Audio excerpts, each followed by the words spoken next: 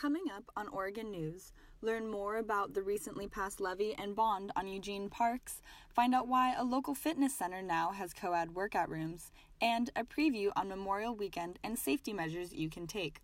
All that and more coming up on Oregon News.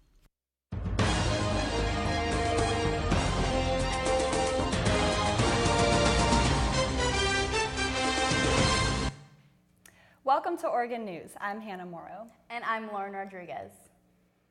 New numbers from the Oregon Employment Department show that job growth in Lane County is up 1.7%. The numbers show the county has gained 2,700 non-farm payroll jobs in the past year.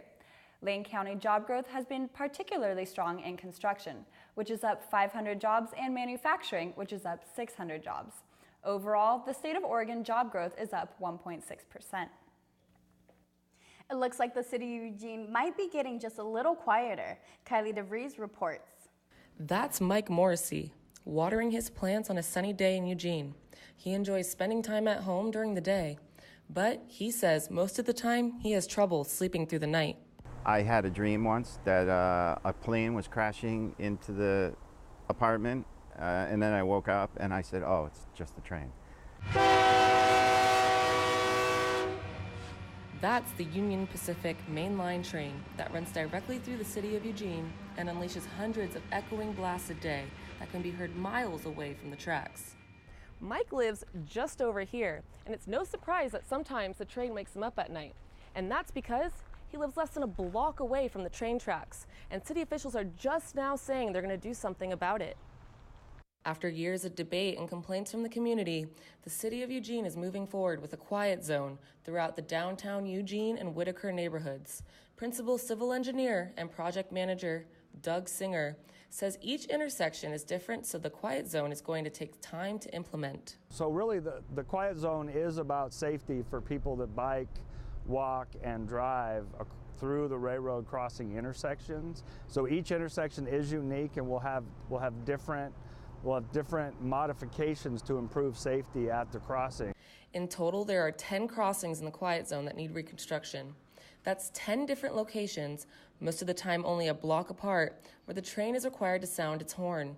When questioned about a fatal accident on the tracks last week, Singer says it hasn't hindered plans for the quiet zone. If anything, it just makes it obvious that safety improvements are an important part of what we need, and that the quiet zone is moving in the right direction. The project is estimated to cost $7 million and will be funded by portions of the Urban Renewal Fund, gas taxes, as well as some funds from the City Council budget. Morrissey says a quiet zone would improve his quality of life. Yeah, it would be great. I would make life much better. I'd probably sleep through those early morning, every day. With construction scheduled to start in 2019, the quiet zone is expected to be fully implemented by 2021. Construction on Franklin Boulevard is coming to an end. Springfield is 4 months ahead of schedule and will be done on May 24th. The improvements included adding roundabouts in the Glenwood area between downtown and the University of Oregon. The city of Springfield wanted to make Franklin Boulevard a safer road for bicyclists and pedestrians. When the construction is finished, the road will become more accessible for community members to enjoy the roadside businesses and will not have to walk a detour path. Construction on Franklin Boulevard began in November 2016. Bend and Redmond, Oregon are competing against each other for a state program that will add hundreds of new homes to the selected city. A pilot program will allow one large city and one small one to build affordable and market rate housing outside their urban growth boundary lines, which would otherwise be impossible. Eugene and Sisters both dropped out of the competition, leaving only Bend, Redmond, and the coastal city of Wheeler. The three are expected to submit formal applications this summer. Bend proposes building 500 homes, while Redmond is aiming for 400 to 500 homes. Last Tuesday, Eugene voters approved more funding for local parks. Taylor Fritz reports on what comes next. Eugene parks are getting updated thanks to a bond and levy that passed on May 15th. The $39 million bond will fund the renovation and building of parks, renovate a community center, and 2 pools. The $3 million levy will provide services to increase the safety and cleanliness of parks. Kelly Shadwick, the Marketing and Outreach Manager for the City of Eugene's Park and Rec Department, shares the first steps the city is taking towards the new development. One is we're hiring 2 full-time park ambassadors to work in the park system. 2, we're going to start looking at lighting very, very quickly. 3, we are really setting up the priorities as fast as we can so we know kind of which projects we're going to start. Even though a priority list of short-term goals is in the works, the City of Eugene does have a finalized 30-year plan. 12,000 community members influenced the 30-year plan by expressing their views over the past 3 summers. This plan includes implementation recommendations for the first 10 years. And a big part of this plan addresses the community's desire for parks in new places and to renovate old ones. Alton Baker Park is one of the older parks in Eugene and will be getting some updates. These updates will include lighting improvements and rehabilitation of the community garden. While these park renovations will take time, Shadwick shares the hope the city has for helping Eugene's growing population. Really hope that all of these new services really help the community feel more engaged in their parks and rec system and just have a fun community asset to enjoy for now and in the future. For Oregon News, this is Taylor Fritz. In other news, after nearly 7 decades of separate gender workout rooms, Oakway Fitness Center has decided to go co-ed. Our reporter Jillian Smuckler has the story. After complaints of sexism and threats of lawsuits, the Oakway Fitness Center has removed its gender-separate workout rooms. It's also made swim sessions co-ed. Oakway Fitness member Carolyn Daylor doesn't like the changes, especially the co-ed swimming. Daylor told us many women are dropping their Oakway memberships. The older women do not feel comfortable in their swimming suits, and there's a lot of women that are very overweight, and a lot of them, I heard them talking, they're not comfortable now in a co-ed class, and so they're not going to come anymore. Owner and general manager Chris Christensen believes the changes are necessary in order to match society's evolving view of gender roles. We felt like now is the time because there's so much talk about gender right now, and so we want to support the world, so we've decided to change with it. Earlier, Oakway Fitness Center not only had separate rooms for those who felt more comfortable working out with their own sex, but also had co-ed classes available. Now, the gendered signs have been taken down and people are free to work out wherever they want. Christensen says the women's aquatic class is having the hardest time adjusting to the change. Just 2 weeks ago, this pool behind me was packed with women, but after the co-ed announcement, attendance has dropped drastically. Daylor says the presence of one man changed everything. And everyone felt it was very weird, and I just feel like they ruined something that was just perfect the way it was. Christensen believes most Oakway members will adapt to the changes. We just have to go through the fear and the anger, and then we'll get to the joy of change. Reporting for Oregon News, I'm Jillian Smuckler. Coming up on Oregon News, researchers say climate change may be affecting our water supply, and Oregon students want the university to boycott Israeli companies. We'll have details coming up. There was an old woman who lived in a shoe. She had so many children, she didn't know what to do.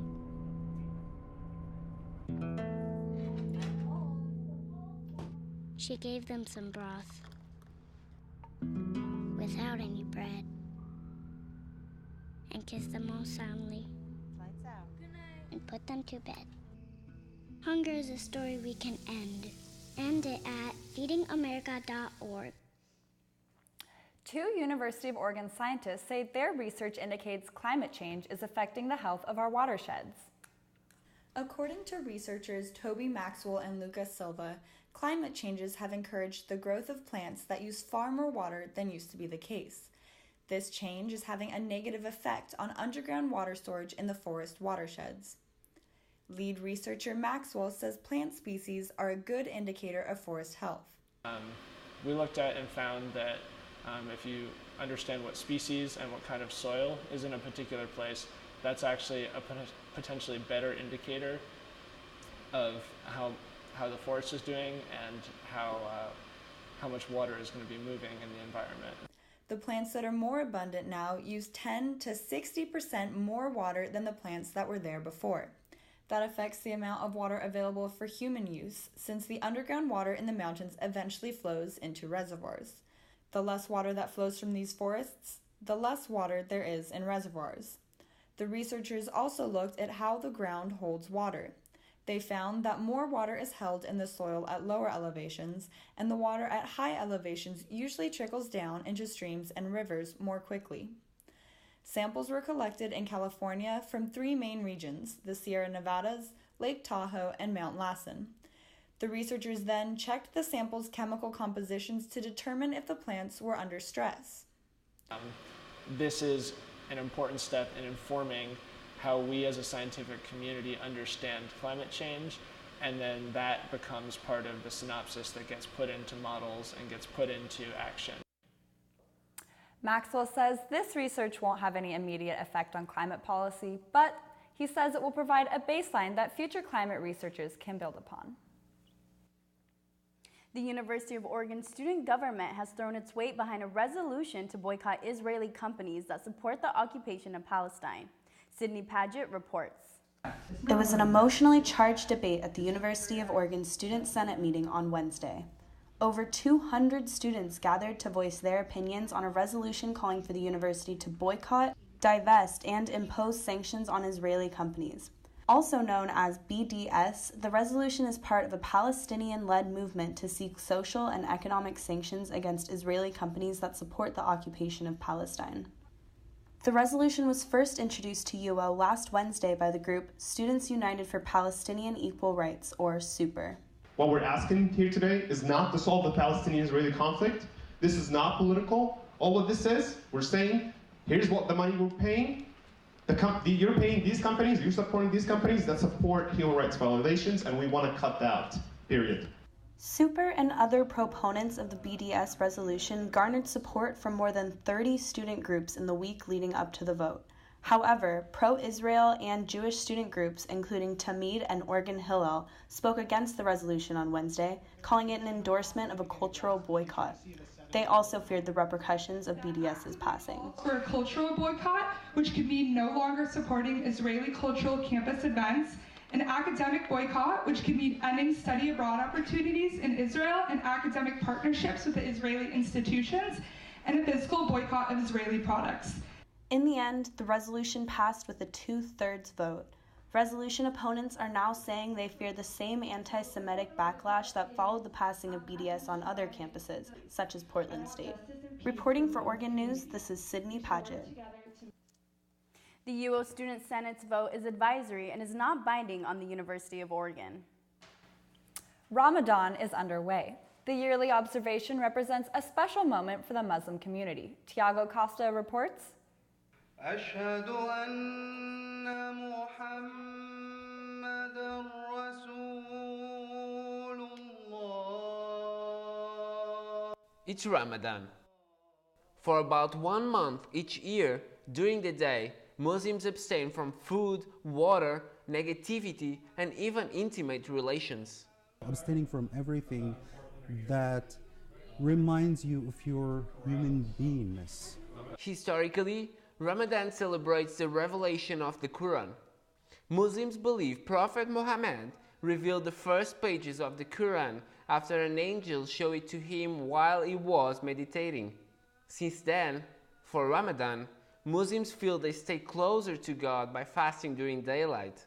And it isn't easy. We usually have like a trick, like we sleep during the day and we stay awake all night because it's easier that way. And on the U of O campus, students also participate. Like for me, there's so many things that I'm doing, so I feel like the month of Ramadan allows me to be like, yo, you need to sit down, read the Quran, just like one chapter or just that. While Muslims give up simple things like water and study the Quran, Ramadan is also about coming together. We are not just well connected to God, we are also connected to community and our families, and because we do all this together. Each day during Ramadan, family and friends gather in a mosque or in home to eat and pray together. And they will do this every day until the month of Ramadan ends. Tiago Costa for Oregon News. In July 2017, the Journal of American Medical Association found that 110 out of 111 brains from former NFL players had chronic traumatic encephalopathy, headline and continues to headline the news. Football has been attributed to having the highest rate of concussions among high school athletics. Emma Childs has more. In organized high school sports, football accounts for more than 60% of reported concussions in the United States. Concussions and the prolonged effects of traumatic brain injuries have been an increasing concern in recent years. For one high school student, Keenan Perky, the number of concussions he has had is determining whether or not he will continue to play football. A freshman at Grant High School in Portland, Oregon, Perky has played one season of football for the Generals, but he has received 4 concussions in his life. The most recent from playing football. I was playing offensive tackle, and it was a JV versus varsity practice scrimmage, and I just got completely blindsided by the defensive tackle. The next day, he was nauseous and went to the doctor where he was diagnosed with a concussion. So something happens, some sort of traumatic effect, a blow to the head, a blow to the body that causes the head to whip back and forth, which then the brain moves back and forth. So if you think about it, your brain is sitting in your skull like a yolk inside an egg. It's shaken back and forth. You shake that yolk back and forth, it's going to get a little damaged. Same thing, your brain bounces back and forth. Not only can large signified blows to the head identified as concussions be concerning, but small repeated hits to the head are as well. It does appear that there's an effect upon the brain and its function and the long-term damage with these multiple hits over time. So what you describe as subconcussive blows. Perky's mother, Julie, was hesitant to let her youngest son play football in the first place. And so I thought, well, I'll let him play. But I said, if he gets a concussion, that's it. And so he did play, and he got a concussion. When he did receive that 4th concussion, they said, stop him now, do not let him play again. Because of the Perky's growing concern around concussions, his parents said he is only allowed to play if he is in the position of kicker, where he's not on the front line. The Oregon State Athletic Association has modified practices and rules in the past few years to limit tackle exposure. While concussions continue to be a growing concern, Dr. Keister sees the decrease in activity levels of youth as more of a concern. It's easier to sit in front of the computer or sit in front of the TV or sit on your phone than to go to football practice or go to wrestling practice. So I think concussion kind of is easy to blame, but I don't think it's the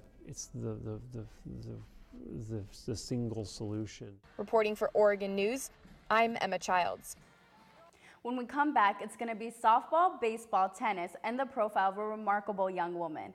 Jillian Smuckler will have all that and more coming up in this week's Sports Report. Got a quarter?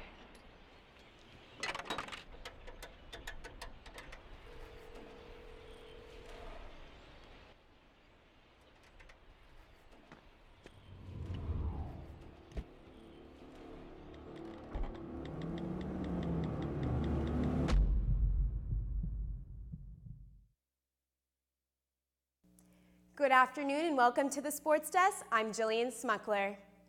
Softball season is coming to a close, but for high school sophomore Abby Dorr, it's just the beginning. I just love it. I love how competitive, I love the teammates, I love everything about it. You could say softball runs through Abby Dorr's veins. She's a catcher at Marist Catholic High School in Eugene. Her skills as a Spartan were... Obviously, they gave us a run for our money last year, and we expect just as much of a dogfight this year, so we're excited for it.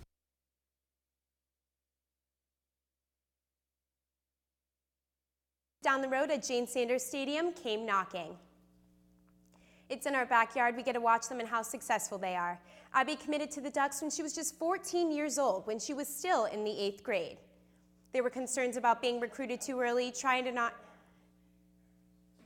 Softball is a family affair for the Doors. I've said it before, and I'll say it again. The University of Oregon is, in fact, a softball school. The Oregon Ducks are hosting the NCAA Super Regionals against the number 16th Kentucky Wildcats for a 2nd year in a row. The Ducks will face the Wildcats for Game 2 tonight at 8 p.m. for a chance to secure a spot in the Women's College World Series for a 6th time in program history. Senior catcher Gwen Svekis says the Ducks are out for revenge. obviously they gave us a run for our money last year, and we expect just as much of a dogfight this year, so we're excited for it. The Ducks fell to the Wildcats in Game 1 of the Super Regionals by a score of 9-6. The Ducks have not allowed this many runs in a game since April of 2017. The Ducks also had a season high of 4 errors. Head coach Mike White is not giving up just yet. It's what we do tomorrow and the next day that matters the most. You know, how are we going to bounce back? Sure, we had a bad game, but you know, we should be able to, if we want to be the national champions and be the #1 team in the country, we need to be able to come back from. The Oregon track and field team is competing this weekend for a ticket to the championships here in Eugene. The NCAA West preliminary rounds in Sacramento are underway as we speak. Oregon's top ranking doesn't mean anything unless they keep winning. Head coach Robert Johnson is a little nervous. Yeah, a little bit, because it's you do or you don't. You execute or you go home. No ifs, ands, or buts about it. Yesterday, 4 athletes guaranteed their spot in the championship while 18 others locked down a spot in the quarterfinals. Those returning back to Eugene are Kira McCarroll for javelin, DeMarcus Simpson and Risa Foster for long jump, and Allie Cash for the 10,000-meter run. Notable athletes competing today for their ticket to Eugene include Mackenzie Dunmore, who finished first overall yesterday with a time of 52.04 seconds in the 400, along with Shay Anderson, Vanessa Darpino, Brianna DeRochers, and Hannah Waller, all locking in places in the top 16 times of the 400-meter race. Competition starts again at 4:30 today and will continue into tomorrow. The winning athletes will compete for a national title in Eugene June 6th to 9th. The Oregon Ducks baseball team closes out its regular season at home this weekend against the Arizona Wildcats. Game 2 of the series starts tonight at 7. The Ducks will not advance to the postseason after being swept by the Bruins this past week, but the Ducks are motivated to end strong specifically for the seniors. Oregon entered the series against Arizona 25-27 overall. Last night, the Ducks struggled to keep up with the Wildcats' aggressive offense and lost in the series opener 10-2. It was a tight game for the first half, scoring back and forth between teams.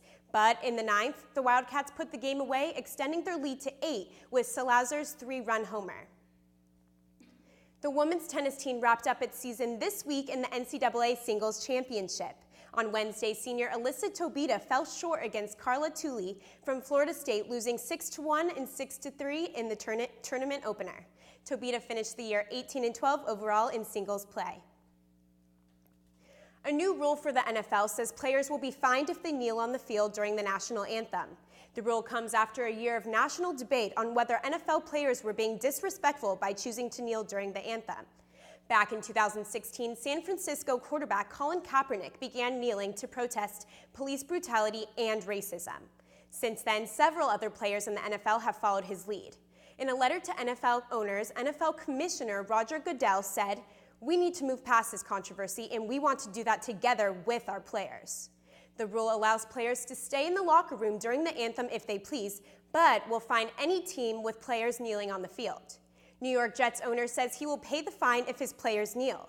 Christopher Johnson adds he doesn't want to deny free speech rights to his players. That's a wrap for the Sports Desk. Emma, how's the weather looking for the 3-day weekend? Well, Memorial Day around the state of Oregon is looking nice and sunny. While beginning of this week started off with sun here in Eugene, expect the week to end with clouds. Today will continue to be cloudy with a 30% chance of rain throughout the day, mostly before 11 p.m. The high will be 66 with a low of 53. Saturday will be partly cloudy, then the rest of the day will be mostly sunny. The low will be 47 with a high of 67. Sunday will remain mostly sunny with a high of 71 and a low of 49. Up in Portland, we will see a similar forecast for the weekend. Today will be mostly cloudy, and the high will be 68 with a low of 53. Tomorrow, expect some patchy drizzle in the morning. Some clouds will break after 11 a.m. with a high of 69, and the evening will be mostly cloudy with a low of 53. Sunday will be partly sunny with a high of 72 and a low of 53. Down in Medford, there's a possibility of thunderstorms heading into the afternoon. It will be mostly cloudy with a 50% chance of showers. The high today will be 66 with a low of 50. Saturday, there's a 30% chance of showers before noon, then partly cloudy for the rest of the day with a high of 74 and a low of 48. You'll want to bring out your sunglasses and sunscreen on Sunday. It will be 80 degrees with a low right around 41. And if you're headed up to the Columbia Gorge this weekend for the Sasquatch Music Festival in George Washington, you can expect the rest of the day to be mostly sunny with a high near 83. And make sure to pack a rain jacket because there is a 20% chance of showers Friday evening with a low of 57. Saturday has a 20% chance of showers, and then it will be partly sunny with a high of 78 and a low of 52. Sunday, you can expect clear skies with highs near 82, and the evening will be 55. Heading into Memorial Day, it looks as if it will be sunny with a high near 82. Now that's it for weather. Back to the news desk. We'll take a look at Memorial Day weekend coming up. I'll never forget the day our landlord called and said, read your lease. No pets allowed. My owner tells him my dog ate the lease, but that didn't work. And now I'm stuck in a shelter. But this pit bull is ready for a new crib. I'm loving, loyal, and play well with others. So don't be intimidated by all my muscles, because the biggest one I have is my heart. That's right, I said it.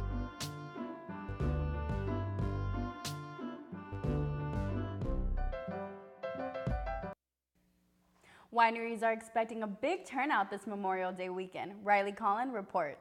Winemakers and wineries all across the state of Oregon are getting ready for a big Memorial Day weekend. A fan favorite, Sweet Cheeks Winery, located 12 miles outside of Eugene, is preparing for a big turnout the next couple of days. It's really exciting to see people who come back every single year, and we allow people to bring their own picnics, and so they'll come out with family, and it's a really fun to see them all reconnect and people coming into town and then spending their time here.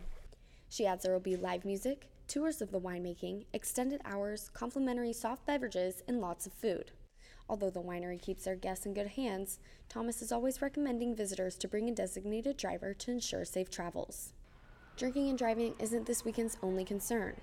Search and Rescue Coordinator Tim Chase heads up Lane County's water operations.